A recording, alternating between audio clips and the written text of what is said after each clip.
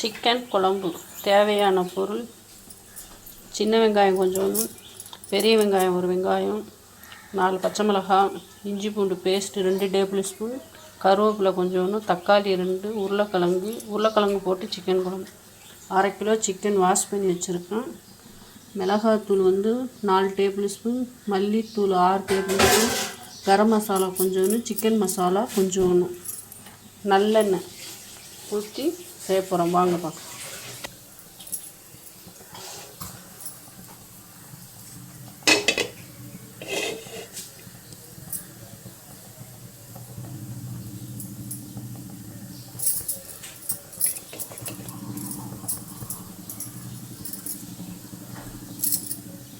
நல்லெண்ணெய் சட்டியை காய வச்சு தேவையான நல்லெண்ணெய் சிக்கன் குழம்புக்கு கம்மியாக ஊற்றுங்க. ஒரு 50 கிராம்.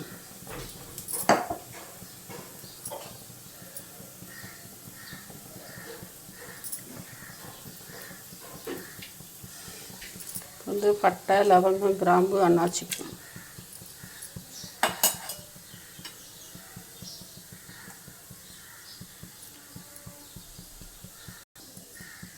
சோம்பு,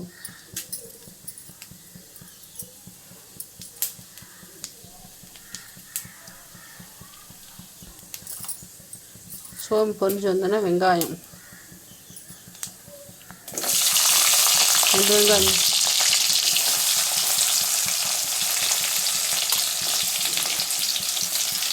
வெங்காயமும் நல்லா பொன்னிறமாக வாங்கணும்.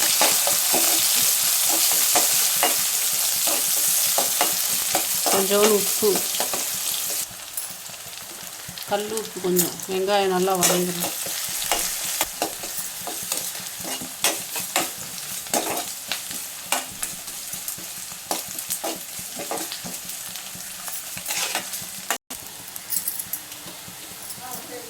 இஞ்சி பூண்டு பேஸ்ட்,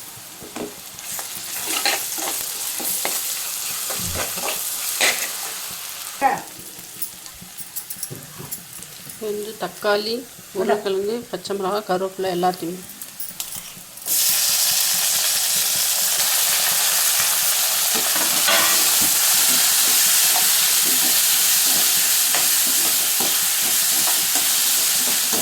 மஞ்சள்தூள்,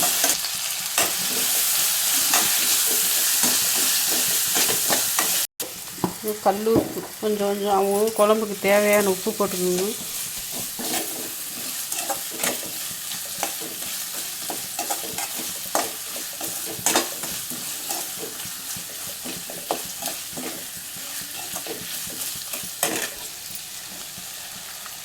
கறி போட்டு அதில் போட்டு தக்காளி இதெல்லாம் போட்டு சேர்ந்து மிக்ஸ் பண்ணி கிண்டிக்கிட்டே வரும்போது தக்காளி நல்லா கொஞ்சம் வெந்து வந்துடும்.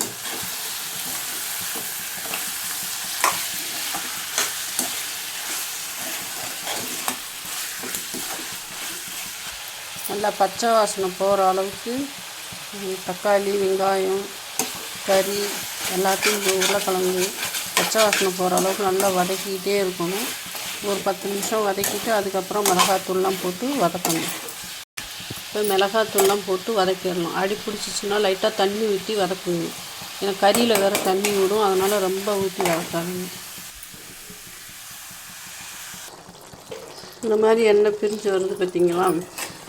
இந்த ஸ்டேஜுக்கு மறுபடியும் நல்லா கிளறிடுங்க. கிளறுனா கொஞ்சம் பச்சை வாசனை நல்லா போகும். அப்புறம் தேவையான தண்ணி, தேவையான உப்பு அவங்கவுங்க காரத்துக்கு ஏற்ற மாதிரி பண்ணி ஊற்றிக்கோங்க. லாஸ்ட்டில் கொஞ்சோண்டு தேங்காய் பத்தை போட்டு 2 தேங்காய் பத்தை போட்டு கொஞ்சம் சோம்பு போட்டு நைஸாக அரைச்சி ஊற்றி ஒரு கொதிக்க விட்டு கொத்தமல்லி தலையை போட்டு இறக்குங்க. இறக்கி வச்சு சாப்பிடுங்க.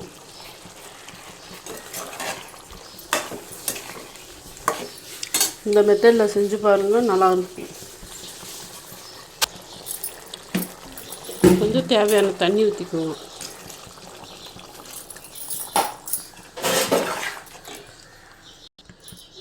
தேவையான தண்ணி, உப்பு, காரம்லாம் செக் பண்ணி ஊற்றியாச்சு. அது லாஸ்ட்டாக தேங்காய் பத்தையும் அரைச்சி நல்லா நைஸாக அரைச்சி சோம்பு போட்டு அரைச்சி ஊற்றுவோம். இப்போ மூடி வச்சுருவோம், நல்லா கொதி வரட்டும். தேங்காய் அரைச்சிக்கலாம்.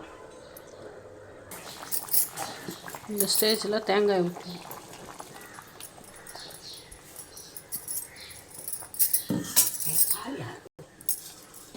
தேங்காயை ஊற்றி நல்லா கொதிக்க விட்டு கொத்தமல்லி தலையை போட்டு இறக்கி பரிமாறி சாப்பிடுவோம். நன்றி, வணக்கம்.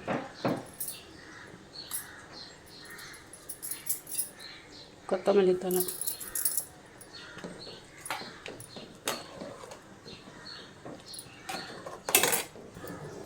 நல்லா தேங்காய் ஊற்றி பச்சை வாசனை போகிற அளவுக்கு பண்ணணும்.